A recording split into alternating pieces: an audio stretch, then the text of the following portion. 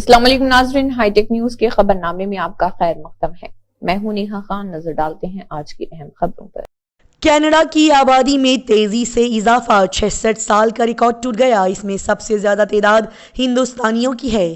Canada کی آبادی تیزی سے بڑھ رہی ہے، جس میں ہندوستانیوں کا سب سے زیادہ حصہ ہے۔ ایک رپورٹ کے مطابق کینیڈا میں سال کے پہلے 9 مہینوں میں آبادی میں ریکارڈ کا اضافہ ہوا ہے، جس کی وجہ سے دیگر ممالک سے بڑی تعداد میں تارکین وطن کی آمد ہے۔ اس سال 1 جولائی سے 1 اکتوبر تک کینیڈا کی آبادی میں 4,30,635 افراد کا اضافہ ہوا۔ ملک کی ڈیٹا ایجنسی اسٹیٹکین کے نئے اعداد و شمار کے مطابق اس طرح 1 جولائی سے ملک کی آبادی میں مجموعی طور پر 1.1% کا اضافہ ہوا ہے۔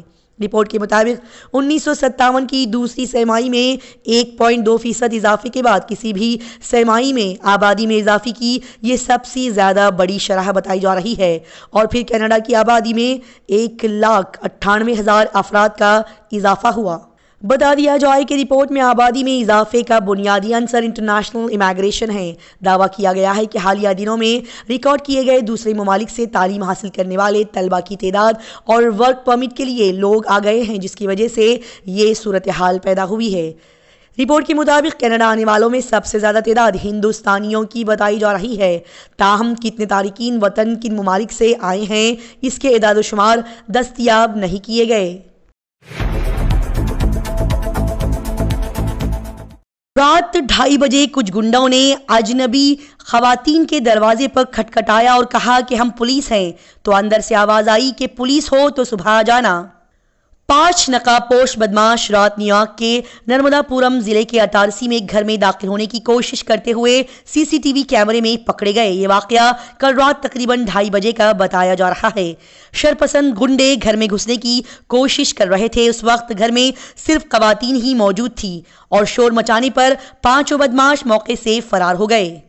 CCTV فوٹیج میں واضح طور پر دیکھا جا سکتا ہے کہ 5 بدماشوں نے چہروں پر ماسک پہن رکھے ہیں اور ہاتھوں میں چاقو پکڑے ہوئے ہیں۔ اس کے بعد چوری یا ڈکیتی کی نیت سے نقاب پوش افراد دیوار پھلانگ کر گیلری میں داخل ہوتے ہوئے نظر آتے ہیں اور سب سے پہلے قریبی گھروں کی لاچیں باہر سے بند کر دیتے ہیں۔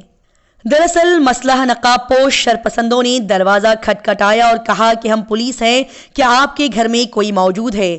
گھر میں موجود خواتین نے سمجھداری کا مظاہرہ کرتے ہوئے کہا کہ اگر آپ پولیس ہیں تو صبح آ جائیں۔ پہلے کھانا پکائیں اور پھر امتحان کا پیپر دیں۔ امتحان دینے آئی 10ویں جماعت کی طلبہ کو پہلے کھانا پکانے کے لیے کہا گیا۔ سب ڈویژن علاقے کے روہینیا گاؤں کے گورنمنٹ ہائی سیکنڈری اسکول میں اساتذہ نے اس پیر کو 10ویں جماعت کی طلبہ کے لیے اسکول میں امتحان دینے سے پہلے کھانا تیار کرنے کے لیے کہا۔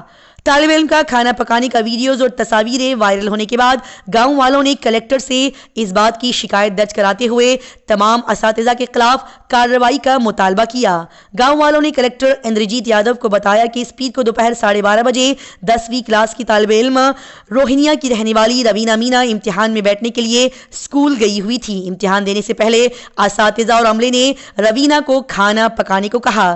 روینہ نے کھانا پکا کر انہیں کھلایا، حالانکہ کھانا پکانے کے لیے 3 ملازمین وہاں پر پہلے سے ہی تعینات تھے۔ اس کے باوجود عملے نے روینہ کو کھانا پکانے پر مجبور کیا۔ کلکٹر کے پاس درج کرائی گئی شکایت میں گاؤں والوں نے اساتذہ پر دیر سے اسکول پہنچنے کا بھی الزام لگایا۔ بیگو سرائے جویلری شاپ میں لوٹ مار، لوگوں نے احتجاج کیا تو مجرموں نے ایک مزدور کو گولی مار دی۔ بیگو سرائے میں مجرموں نے سونے اور چاندی کی دکان کو لوٹ لیا۔ ڈکیتی کے دوران ملزمان نے ایک ملازم کو گولی بھی مار دی۔ ڈکیتی کی واردات دکان میں نصب CCTV کیمرے میں قید ہو گئی۔ واقعے کے فوری بعد پولیس موقع پر پہنچ گئی اور معاملے کی تحقیقات شروع کر دی گئی ہے۔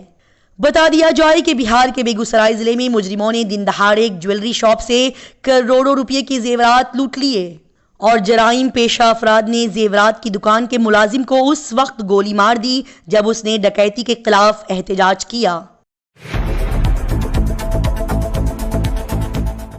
یوگی حکومت اتر پردیش میں سرمایہ کاری اور صنعت کی ترقی کے لیے بڑے اقدامات اٹھا رہی ہے۔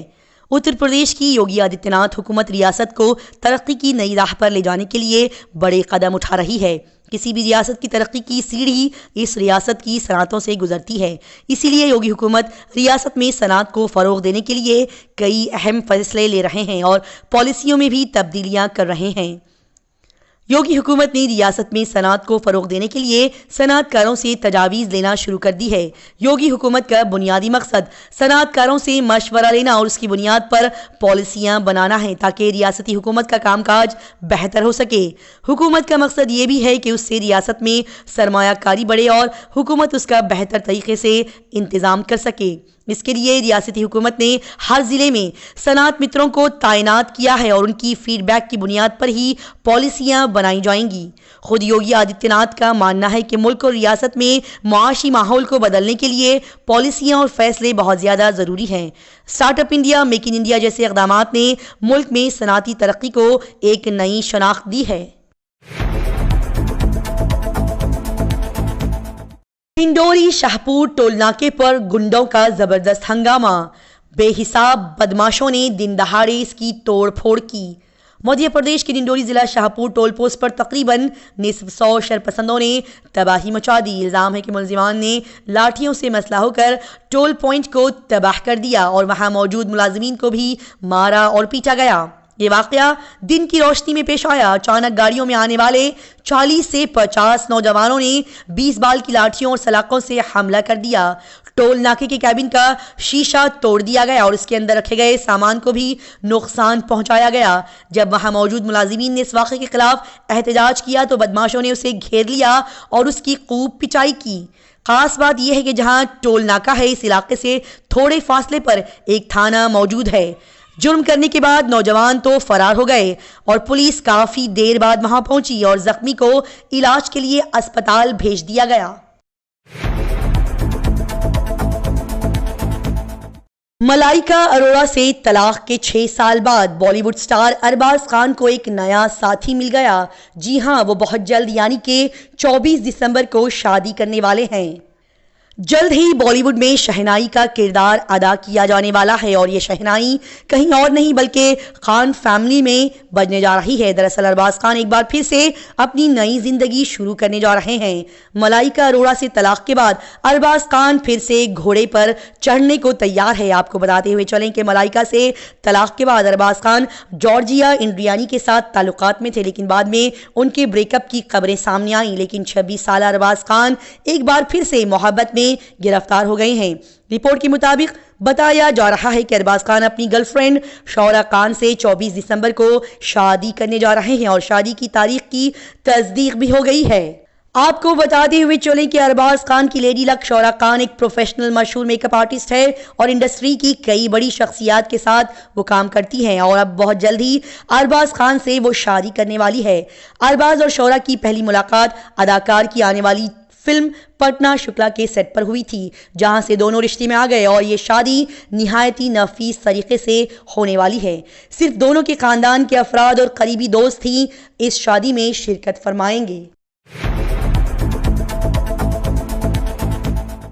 ایک دلہن نے گاڑی میں بیٹھتے ہی اپنے دلہے کو مارنا شروع کر دیا اور مار مار کر بیچارے دلہے کا چہرہ سجا دیا۔ ہمیشہ شادی سے متعلق ویڈیوز سوشل میڈیا پر غالب رہی ہیں۔ کبھی کبھی دلہا اور دلہن اپنی شاندار انٹری سے لوگوں کے دلوں میں ہلچل پیدا کرتے ہیں تو کبھی اسٹیج پر ہی ان کے درمیان جھگڑا شروع ہو جاتا ہے۔ لیکن اب جو ویڈیو سامنے آ رہی ہے وہ شادی سے متعلق ضرور ہے لیکن سب کے ہوش اڑا دینے والی ہے۔